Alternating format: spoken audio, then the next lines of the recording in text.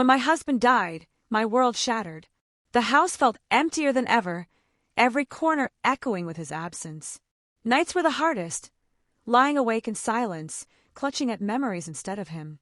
I thought grief would be the only thing I'd have to face. But I was wrong. Because in the middle of my sorrow, my brother asked me something so unexpected, so out of place, that it left me speechless. For a moment, I didn't know if I should cry, scream, or walk away forever. That night changed the way I looked at him. It changed the way I looked at myself. And it forced me to confront a truth I never wanted to face. The funeral was a blur.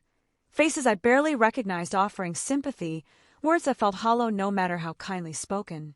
My brother was there through it all, standing quietly by my side, making sure I didn't crumble under the weight of it. When the last guest left and the house grew silent, the reality sank in. His shoes were still by the door, his jacket still hanging on the hook, but he would never walk through that door again. The finality of it hit me, like a wave I couldn't escape. In those first days, my brother became my anchor. He checked in constantly, brought food I couldn't bring myself to eat, sat with me when the silence grew unbearable. His presence was steady, comforting, a reminder that I wasn't completely alone. I leaned on him more than I ever had before. And maybe that's why, when he finally asked me that question, I wasn't prepared. Not at all. The nights stretched on endlessly. Sleep didn't come easy, and when it did, it was shallow, haunted by dreams of what I'd lost. More often than not, I'd find myself sitting at the kitchen table, staring at the clock, waiting for morning. My brother started staying later during those nights. Sometimes he'd fall asleep on the couch, insisting he didn't want me to be alone. Other times, he'd sit across from me with a cup of coffee, talking about anything. Work, memories from our childhood, even my husband. Those conversations became my lifeline. He was patient, listening without judgment, filling the silence with words that kept me from breaking. But slowly, I began to notice something different. The way he looked at me lingered longer than before. The pauses in his sentences weren't just thoughtful, they felt weighted, as though there was something unspoken behind them. I brushed it off at first. I told myself it was just my imagination, born from exhaustion and grief. But deep down, I knew better. Something was changing, and I didn't know if I was ready for what was coming. It was late, well past midnight. The house was dark except for the soft glow of the kitchen light. I sat with my brother, both of us quiet, sipping on coffee that had long since gone cold. He looked at me for a long time, his eyes steady, almost searching. I thought he was about to tell me something comforting, something I needed to hear. But instead, he asked the question that made my heart stop. Do you ever think about moving on? With someone else? At first, I didn't answer. The words felt too heavy, too sharp against the silence. I stared at him, unsure if I'd heard him right. My chest tightened as my mind scrambled for a response. Then, after a pause that seemed endless, he added softly, "Because if you do, I want you to know I'd be here. For you." The air between us changed instantly. My breath caught, and a shiver ran down my spine. It wasn't the kind of comfort I had expected. It was something entirely different. Something dangerous. The words hung in the air, heavier than anything I'd heard since my husband's death. I froze, unsure how to breathe, how to think, how to even look at him. My brother. My anchor. The one person I thought I could lean on without question, had just crossed a line I never imagined existed.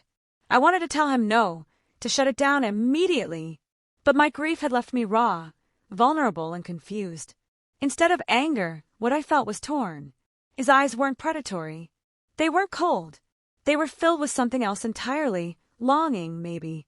Desperation. My heart raced as I tried to make sense of it. He wasn't just offering support anymore. He was offering himself.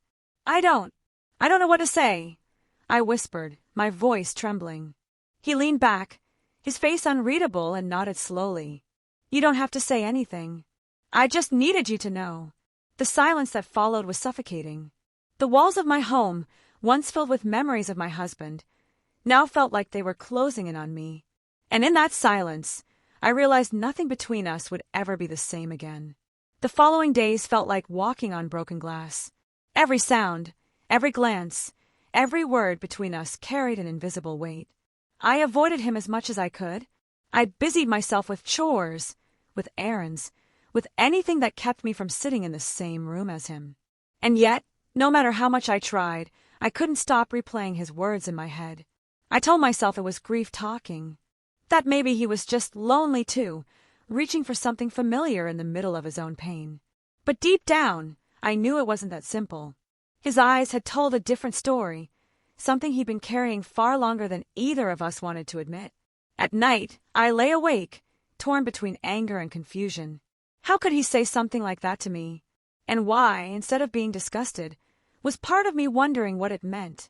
When I finally saw him again, he acted as if nothing had happened.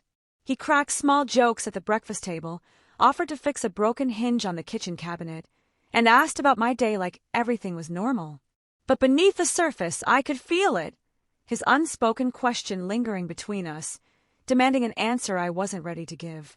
And in my silence, the distance between us only grew louder. It was late one evening when the silence finally cracked. The house felt too big, too empty, and I sat at the kitchen table with a cup of tea, staring into nothing. He walked in quietly, his footsteps soft, but the moment he entered, the air shifted. He didn't speak right away. He just stood there, watching me with an expression I couldn't quite read, half guilt, half something else. Finally, he said, "You've been avoiding me." I looked up sharply, my heart pounding. "Because of what you said," I whispered, my voice trembling. He stepped closer, his hands shoved deep in his pockets. "I know I shouldn't have said it, but I meant it." The words hit me like a storm. My chest tightened, my pulse racing. I wanted to tell him to stop, to leave, to never bring it up again. But instead, I sat frozen, unable to move. He leaned on the counter across from me, his eyes never leaving mine. "You don't have to say anything. I just needed you to know. Because it's been eating me alive." For a moment, I couldn't breathe. All the grief, the loneliness, the confusion, it tangled together in that tiny kitchen, pressing down on us until I felt like I might suffocate. And then, almost without realizing, I whispered, "I don't know what to do with that." He gave a small, pained smile. "Neither do I." But in that moment, I knew we had crossed a line that could never be erased.